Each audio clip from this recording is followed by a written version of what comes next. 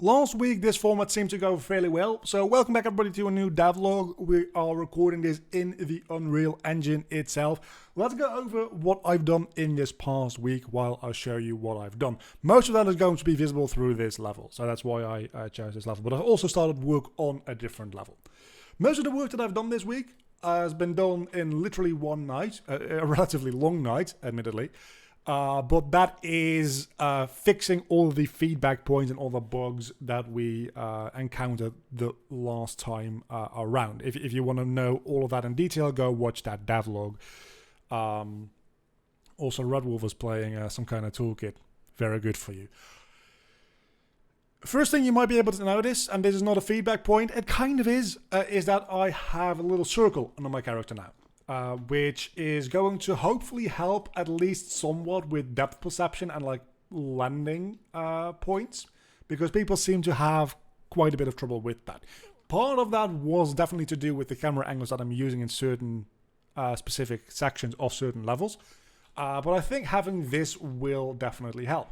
Another thing that was huge for me to change is the mid-air momentum, right? And it does make my general reach as like a platforming player a little lower, just like the literal amount of distance that you can cover. But what happens now? Okay, so what happened before, if I were to let's just do it like this. Also, I changed the camera system. I'll talk more about that in a minute because I'm going to change it again. So what would happen before if I were running and I would jump is I would more or less always just keep a lot of momentum, even if I release the button.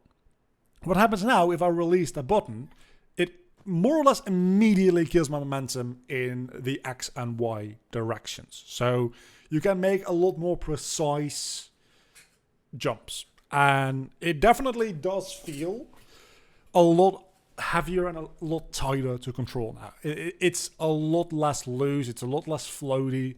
And the funny thing is, it's nothing to do with actual floatiness, because floatiness is mostly a result of gravity, and I have not changed the gravity. Actually, I have changed the gravity, but funnily enough, I turned the gravity down a little bit, because with this new change, being able to jump ever so slightly higher seem to have been a good thing. So I've done quite a lot of tinkering with the jumping mechanics, and I'm going to do a lot more tinkering because I have made a decision going forward, is that I'm going to develop the hallway-based platforming mechanics and the overworld-based platforming mechanics separately. Right now, they are both being driven through programming in the actual like character file. I'm going to change that to be controlled through the player controller instead. And the reason for that is that I want to have a lot more mobility options in the overworld, because I think part of the problem with designing levels and playing through those full 3D sections right now is that the controls don't really lend themselves all too well to that at all. Because the controls are very much based on this more limited movability in these levels. Whereas, and I'm going to be playing through Mario Odyssey on the gameplay channel to do a little bit of research for like fluid movement in this regard. But I think I need more movement options and be able to like string together longer combos of moves, like doing a wall jump into a dive into like a kick or something like that. I've been watching quite a bit of Mario 64 to get inspired by this. But I think honestly Odyssey is probably a better thing to take inspiration from, because it's a lot more smooth and the camera actually works in it. So that's also a nice little addition. You'll also, by the way, be able to tell that the background elements are now a lot darker. That is because I added just a very big cube between. I can show you because I'm dying anyway. So there's two very big cubes that just have a where are they? Where are they? It's a very good question.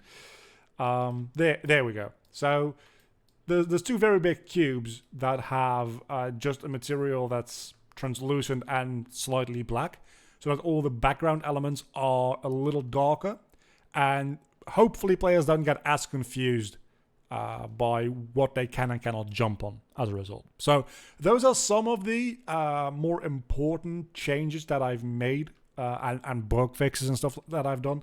I've also fixed the counter for the wisps, the collectible counter. When you die, it would do weird things, and I still don't actually know why it did what it did. I just managed to fix it. So the way I ended up fixing it is more or less just I used to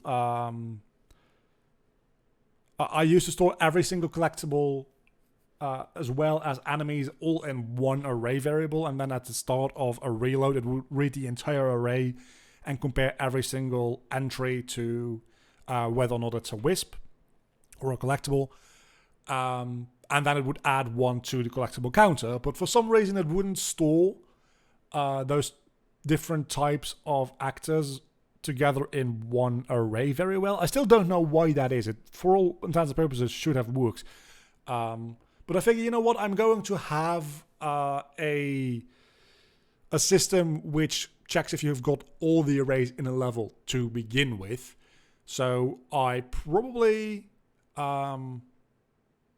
I probably just need a separate array for monsters and a separate array for collectibles, because I need to individually compare those, and it's probably a lot less bothersome to store those individually rather than together in one array. So I did that, and then the entire array should just fix itself relatively easily and quickly. So that's very, very nice.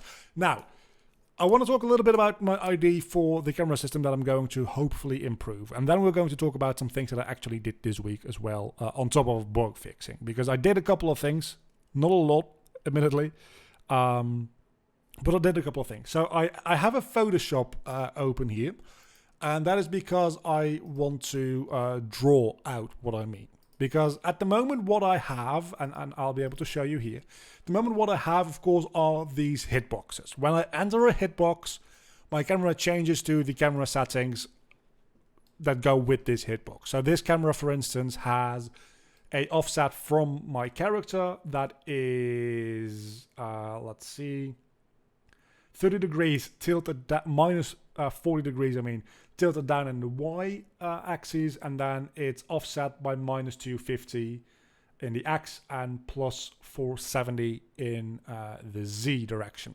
And that is relative to my character. In this case, over here, I have static cam enabled. So instead it's got these tilts, and then the cam offset is, instead of being based on my character position, it's based on this box's position, because the camera doesn't move. That works, technically speaking. It works, it's fine, but I have been trying, I started trying this about 2 months ago, and I gave up on it because I couldn't get it to work properly, and I'll show you why in a moment. And I apparently can't fucking make my own jumps anymore. Man, when this game is finished, am I going to Let's Play my own game? That's the real question, right? And how horrible will I be at it? Probably, actually, I'll be pretty godlike, because I'm playing through all these levels myself a lot of the time. Anyway, so you can definitely feel that I'm entering a bounding box there, and that's triggering the camera to change, and where the start and end transitions happen. So what I would like instead is a spline-based system. And the reason that I didn't do that is, and now we're going back to the Photoshop file, I'm just going to draw from a side perspective for a moment here. So if you have a 2D level, the levels are 3D, and that is kind of the issue. But if you have a 2D perspective of the level, and your level looks a little something like this, for instance, it's a very bad level, and I start here with my character. My character path is going to look something, you know what, actually, let's do this in a different color. the character path is going to be like this turquoise color.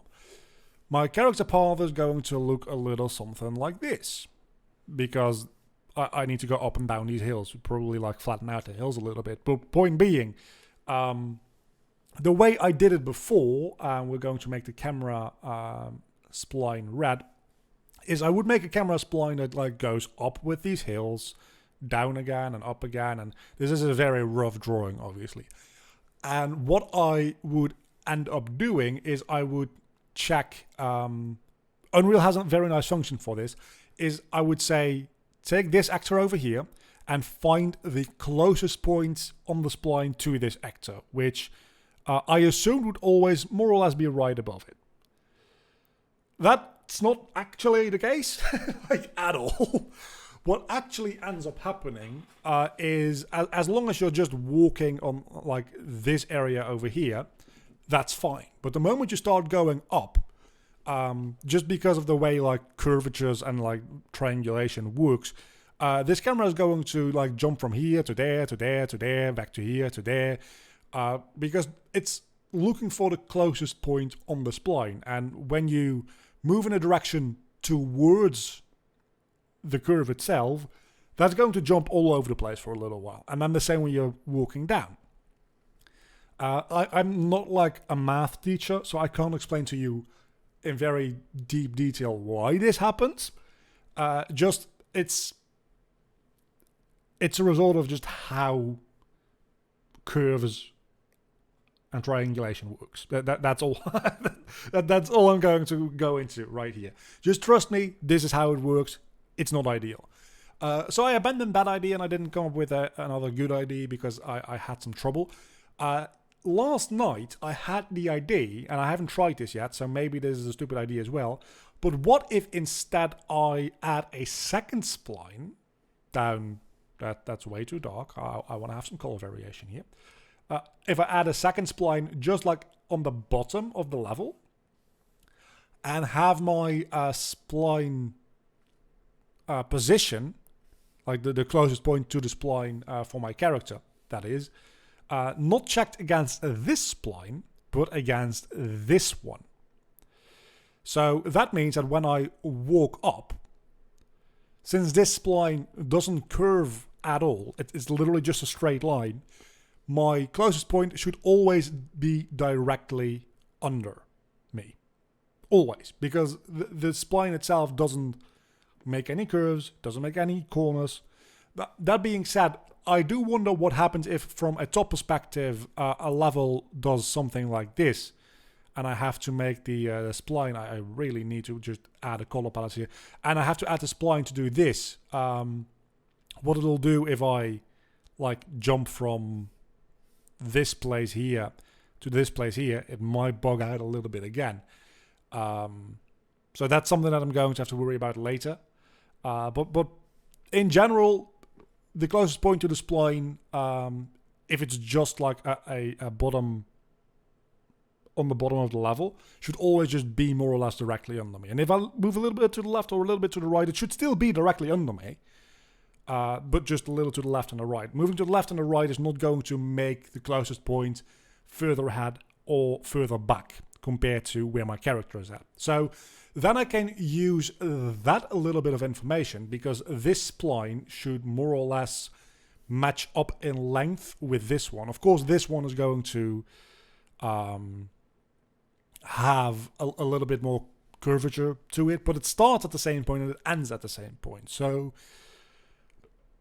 some changes with like very dynamic cameras might have some issues with that, but this should always more or less match up, right? Because if I'm 50% away through this section, I would assume that if I find the spline down here, right? So if I find my closest point to the spline, let's say I'm here, the closest point to the spline is right under me, and say that's 50%. I can then use the value that I get out of this, which is 0.5. It's a value between 0 and 1, I do believe. And apply that to put the camera on this spline on that position. So I'm 50% the way through the level. I can see that through this spline. Then on this spline, I apply that same variable to put my camera right here. And I will then just add some code to make the camera always look towards me. So if I then just put the entire camera spline just back a little bit, it should always be looking towards my back, more or less. This should work, in theory. Why am I telling you guys this before showing it to you? Because I also think that being part of this process, seeing me make this thing, sometimes maybe it's a good idea to share ideas that I don't know will work or not, for you guys to understand that what you're seeing like in a final product is more than likely like the 10th attempt at doing something. Seeing a tutorial, and this is something that that can be really frustrating if you're trying to learn something. And believe me, I understand, because I am trying to learn Unreal. I am by no means like professional or good at it at all. But seeing somebody who prepared a tutorial go through it in like 10 minutes while you've been struggling for like 2.5 hours can be really disheartening. But do realize that that 20 minutes tutorial has been the result of off-screen 2 hours of work as well, probably. So I figured just like sharing this idea with you guys before I know whether or not it's going to work is probably a neat idea as well. So this is the idea for the camera system that I'm going to use going forward. And I might... This is an idea that I've been considering a little bit, right? And that is, aside from these devlog update type videos, would it be interesting sometimes to also just make a recording of me like actually working on things for an hour? Like make a video that's just like an hour or two of me modeling and talking through what I'm doing. And also showing all the mistakes that I'm making, right? And all the Googling that I have to do. Because again, I'm not a professional at any of this. Or doing the programming and talking through what I'm actually doing and that kind of thing. Like, would that be interesting to watch? Because I might consider doing, like, not on a set schedule, but sometimes, like, when I'm working on something that I think might be interesting to watch me go through in a live manner, I might, like, just make that into a video. I think that could be interesting. So, all that being said, let's go back to Unreal here. Because that was just a concept thing. The other thing that I worked on throughout this week was a level. Yeah, I worked on a new level. So that's going to be very interesting. The level, you should know, is part of a world that's themed around... visually, it's going to be themed around computers. Right, so... it's going to be like you're walking through like the source code in a certain manner of speaking. But in a gameplay sense, it's themed around different dimensions. So this level is called 1D at the moment. That's the name I gave it. I don't know if you can see it anywhere on screen. I don't think so. Oh, you up here, but that's just off the screen capture, so you can't see it. So this level is called 1D because it's one-dimensional. You might be saying, this does not look one-dimensional. And to that I say, let's just play it. Sure, the player start is in the wrong place because I've been testing. There's a puzzle in this. I'm very sorry. There is a puzzle, and I'm still in the middle of making that puzzle. I'll show you in a moment because this is what I mostly did last night for like 3 hours. So the player start goes back here. Yeah, play in editor. So you might be saying this doesn't look very different from the other levels, other than the fact that it's even skinnier. To that I say, try to... Wait, what? You're not supposed to be able to walk left and right. You can't jump. I'm pressing the jump button. You can't jump. So all you're supposed to be able to do, and obviously that does not work at the moment. It worked before. I don't know why it doesn't work now. Let's open level blueprint real quick. Again, this is something I'm going to keep this in. That's not what I need to be happening. Yeah, set to center is, if it's true, we set you to world location y equals 0. So you always are just stuck to the middle. And set to sensor does not get set at the beginning of the level. So I think that is the issue. Oh yeah, there's also a lot of nodes here that refer to things that do not exist anymore.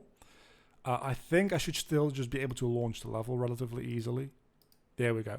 So now, the fuck? Why don't you work? Is it really... Are you refusing to compile because you're referencing things that don't exist anymore? I mean, that makes a certain amount of sense. Okay, so where do we have the warning? Yeah, these all don't matter anymore either. I guess I'll go over this right now. This is all for making the puzzle towards the end of the level as I have it right now. This puzzle, you can step on these buttons and then these blocks will change. The way I started doing that at first is through trigger boxes and like programming everything into the level blueprint. But then I figured, you know what, if I just make this an actor, just like make this a blueprint, I can way more easily and way more dynamically make this. So I started replacing things, but I figured it was like 2 o'clock at night by the time I finished actually programming these blocks and buttons. So I haven't changed them all around yet. But this is all the leftover programming to make the blocks work. So I'm just going to remove that. And you are going to go back up there. And now you should compile. Why don't you compile? That's because that method doesn't exist anymore. And you're compiling. So now in theory you should work again, right? Yeah, so you can't walk to the left or the right. You can't jump. You can only walk back and forth in this level. So even though the character, as you can see clearly, I mean, it's standing on a thing that's going up and down right now. The character itself can move in multiple dimensions. But only the controls in one dimension work. So we have this over here. Again, this is an obstacle that is entirely based on you going up and down. But the only input you can give are one-dimensional. So this entire level is going to be a one-dimensional level. And that's going to be followed up by a entirely like 2D side-scrolling two-dimensional level before finally ending in a three-dimensional level. This is also a fun little thing. It works the exact same way, but from side to side. I can't personally walk to the left or the right at all here. The only way to cross for me, because I can't jump either, is to move from this moving platform every time to the next moving platform until I get to the end here. Which does have a little bit of an abrupt thing, but it does need to reset you back to 0. Just to make sure that the rest of the level keeps functioning. So, and then we get to this bit over here, which is not working. Because reasons. It worked last night, I swear to you, it did. Something here isn't working, and I don't know what. Let me check. Because this is bothering me. I stayed up to like 2 at night for this to actually end up working. So now I'm really annoyed that it doesn't. Player starts. This is a pretty decent preview of Bad Size. Sure. This is a pretty decent preview of what those like development recording videos would be like. It's me just running into a problem and honestly just testing it. That's mostly what it'll be about. So, okay, we have a player start over here. And let me check. We have... Okay. I can just show you right here, I think. It's a little hard to show on one screen. I'll admit that much. So, what I think is happening is it's not input... Oh! It's because I'm using the wrong button. Yeah, so in the old version, where I programmed it in the level blueprint, it required me to press jump. So it still says press jump. But I changed that to pressing the checkpoint button. because I figured the checkpoint button will be useful in other levels as well if I want to use this functionality. Whereas if I have to press jump, in this level it won't make me jump, but in other levels it will. So as you can see, this is how it works. It's a very quick little demo, but the way it works is when I press, and I can now delete this again. When I press on one of these buttons, I get a connected blocks variable here, and it's an array. So I can add as many blocks as I possibly could want to any one of these buttons. And the moment I activate the button, it just changes from one position to the other, or back. So when I open this one goes up, but then this button is connected to both block 1 and block 2. So they both change their positions. The way that looks in programming is actually not all that difficult. I'll show you.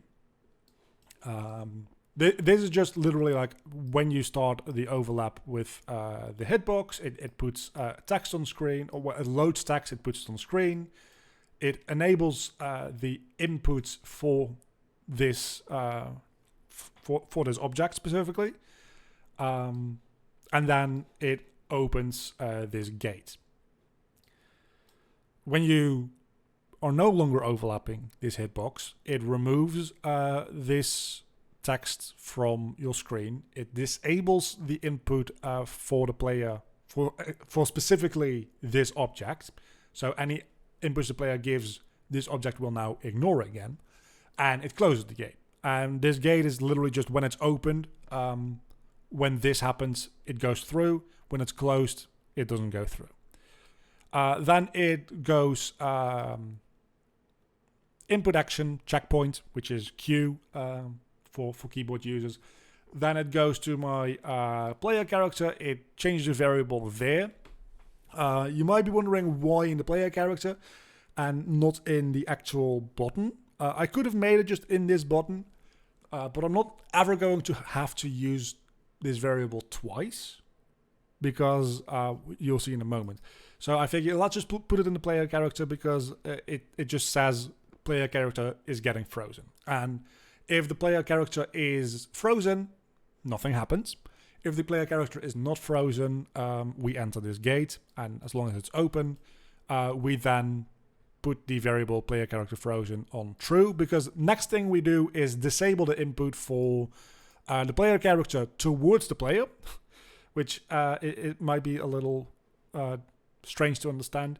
And then we also disable the input from the player towards this object. Then we get into a flip-flop. So first time it comes through, it'll go through A, play this timeline from start. Then if it goes through again, it'll do B, so it'll do the reverse from end.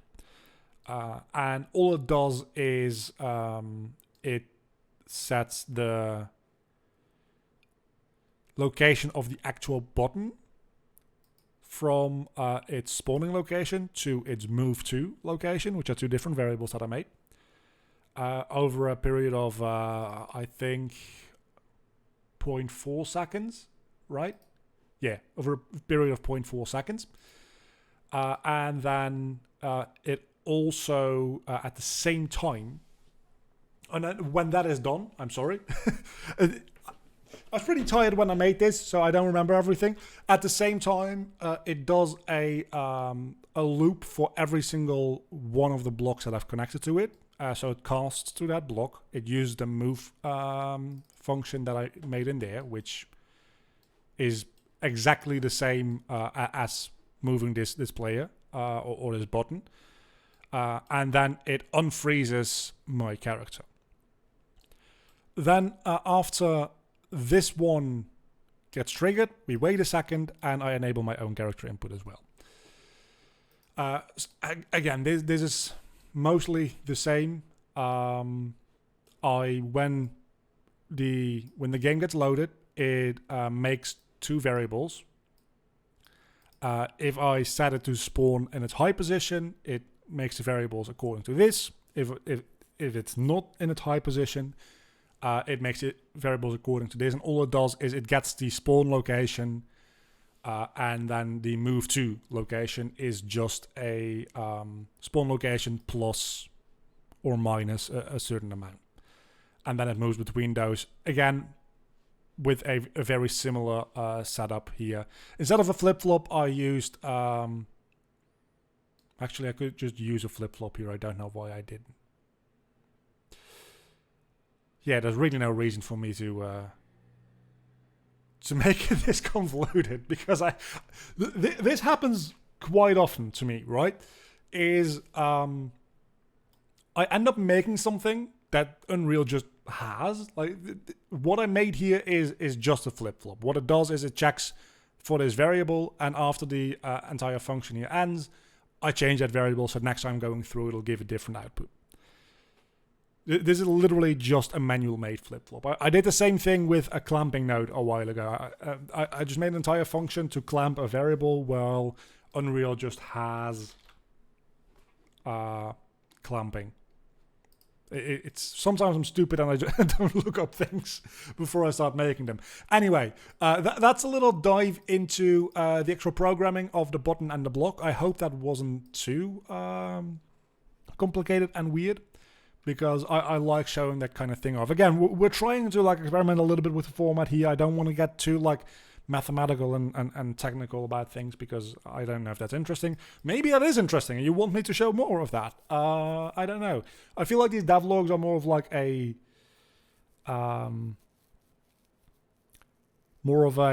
summary of what I've done in the last week, and not as much like actually diving into it, which I think that is also the reason that it might be fun to like sometimes just make a video where I sit down and talk you through step by step as I'm making it. Because as you can see, going through this, I still know, and this is very, very badly ordered. I really need to like order this out and like comment things out so that they keep making sense in the future. But going through this as it already exists, I'm sure it's relatively confusing for a lot of people. I bet you if I make this step by step and you see me do it all the way through, it won't be a very good tutorial because I will mess up quite a few times as we work on it. But you'll start to understand the way it works a lot better than it does right now, I do think. So again, do let me know whether or not you're interested in that type of content as well. So yeah, right now I have the basic setup for a puzzle here. We have 3 platforms that all need to be raised to this level for you to be able to cross. And because you can't jump, I mean, you could dash. You can still dash. I need to maybe change it. I don't know if I want to disable the dash or not in this level, because it is a one-dimensional movement is the thing. But it could kind of fuck over this puzzle. So, but you need to raise all these 3 platforms by getting onto the right buttons. But of course, the right buttons, it's going to be relatively difficult. So you want to use this button to go up, for instance, and then you want to press this one, and then this one will go down, and this one will go up. I have it all like drawn in a sketch document. How the actual puzzle is going to work, way beyond what I have right here. I have like 2 more layers on top of what already exists here. So, puzzles. It's really, really annoying to make a puzzle, I'm telling you. Like, solving a puzzle is one thing, but making a puzzle is really fucking difficult. And I don't know if I made a good puzzle, or a laughably easy puzzle, or a monstrously difficult puzzle. Because the thing is, of course, a puzzle is always easy if you know the answer. And if you make the puzzle, you know the answer the moment the puzzle is made. So being able to judge the difficulty of a puzzle is even more difficult than being able to judge the difficulty of a platforming level. So I'm not going to make a habit out of making these kind of puzzles, but I think for this one-dimensional movement level, you could see, right, when walking through it, it's more or less a slideshow. It's not like difficult. It doesn't require much player input rather than just waiting for a second here as an enemy walks by, and then timing walking through here. This takes something that might look a little like platforming, but these platforms are spaced out in a way that you more or less just automatically fall onto them unless you really fuck up. So that's not that difficult either. Same thing here, like you really have to try to mess up. The first real challenge in this level, I would argue, will be this puzzle section. And I'll probably make like 1 or 2 more obstacles after this, and then I think this level is just done. Because I don't think I can make a one-dimensional level interesting for very long. I think it's interesting to have the progression within this world, but I don't think this should overstay its welcome. It does make me think, though, that maybe I'll have one-dimensional level, 2 2D levels, and 3 3D levels, just to like stretch out the game a little bit. But first and foremost, I'm going to make 1 of each, and then if I at some point figure out that, yeah, this world is going to need a little bit more to it, I'll just like do the 1 2 3 thing. But I don't know if I'll get to that. Again, scope creep, it's a thing. Also, kind of problematic with the new camera system here, because obviously we also have a height-based thing, but that's the thing. We can always still just use these like camera bounding boxes to set custom camera away from the spline system. That will work. So for this specifically, I might use it because I probably want to have a static camera that's zoomed out relatively far for this top section over here. I don't think you necessarily need it for this bottom section, but for the top section, I think you're going to need it because you're going to step on buttons that change blocks that are pretty far away from you. And if you don't see that happen, I don't think the puzzle is going to feel very fun or fair. So that is something to keep in mind. This devlog, the thing is, right, now that I'm actually in engine and like talking and showing things, the devlogs tend to start being a little longer. Which might not be a problem. Again, we're trying to figure out a format here, just trying to see what sticks, and sometimes things might stick, sometimes they might not. See you back next week, and again, do let me know about that idea for like kind of live streams, but I'm not actually going to live stream it because that would just end up getting me distracted, probably. I might live stream it at some point, I don't know.